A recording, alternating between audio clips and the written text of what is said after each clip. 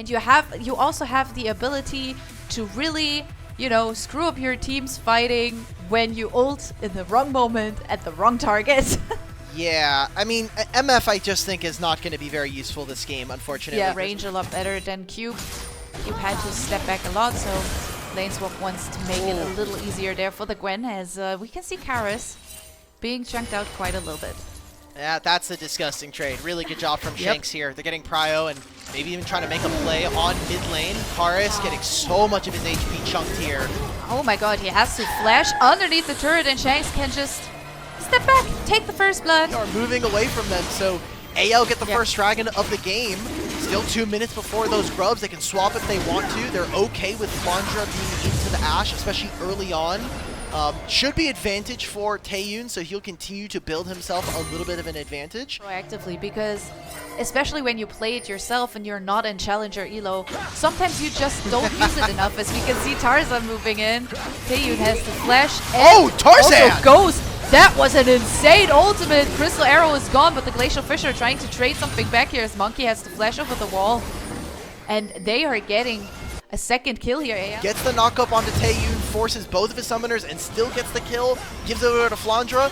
Now they get 3 grubs. Another great start here for AL early on. Some mechanical prowess coming on through, and if they want to, just jump on through the portal. Who cares? Really safe exit, and this is playing more and more to AL's strength. Here in time. Another very nice portal there. Wow. But AL, they have to kind of accept their fate here and not go for the contest anymore, because Tarzan is just too far away. Unless he wants to flash in there, he shouldn't do it. Bard ultimate into a little bit of a bullet rain here. Just not enough damage so far. They have no crowd control. Outside of Kael throwing the Tempered Fate, there's really no way for them to start fights. The skill matchup decide this. I really do feel like AL usually are much better.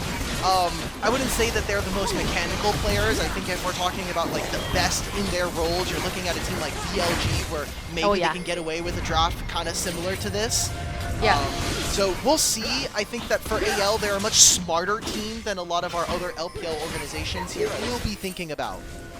Yeah, 100%. We've talked about all the work that Bard has to do for the team so far.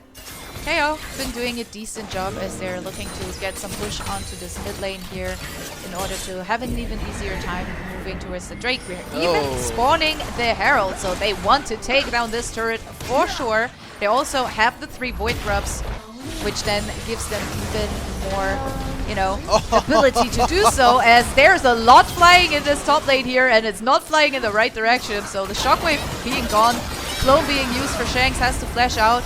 Ultimate from the Bard coming in, as they're stuck in a bit of a tricky position here. Bullet time now trying to do some work, but the Bard shield, the Braum shield rather, coming out right away, as the cleanse from Hope has been used. Now they have to find a re-engage over the wall. Flandra moving in as well, and in the end it's Hope picking up the kill, and I have no clue how they saved that situation. Wow. The good news for WE is they managed to pick up the first turret. Vanden, I just, again, the Tempered Fate from Kael. We put so much priority onto whether or not this Bard was going to be effective this game, and this play really was predicated on getting that Tempered Fate to slow down Cube of this Gwen. So the heal coming out from Flandra saves them. They grab the Dragon on top of that. AL are still pushing the lead, now gaining a... So they get some info here, WE, but not really in a position to force a fight.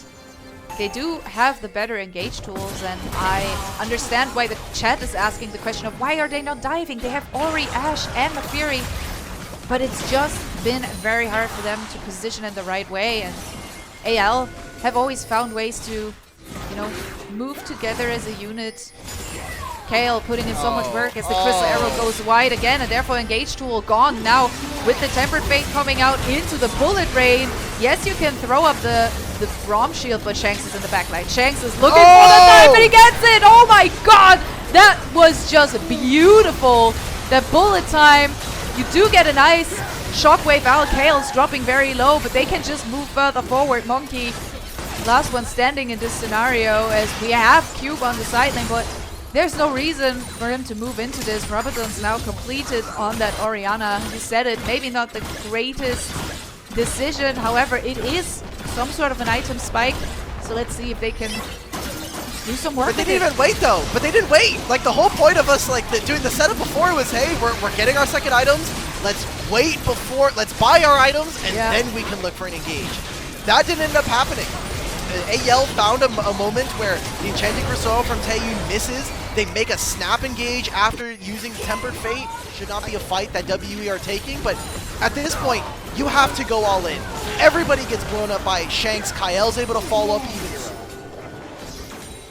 And it's interesting, again, to wonder, okay, so they got a Drake, but what did they lose? Both of the side lanes are being answered here. Tempered Phase comes out once more. It only hits Karas.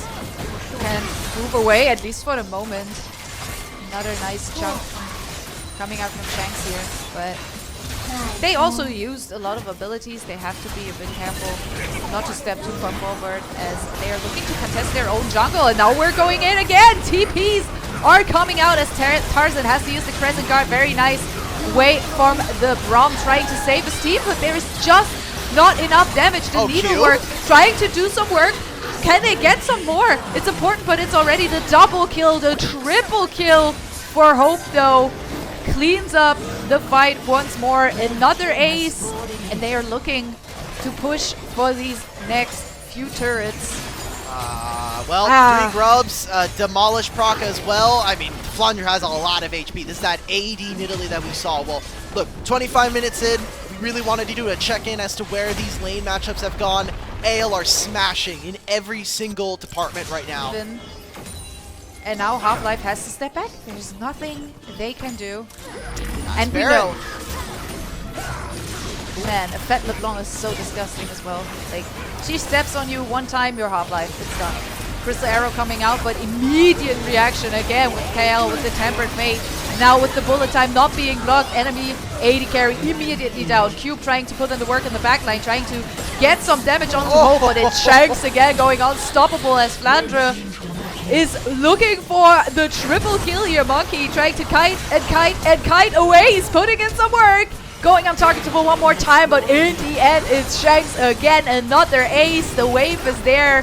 Can they look to end here? They definitely want to. 8 seconds on Vampire.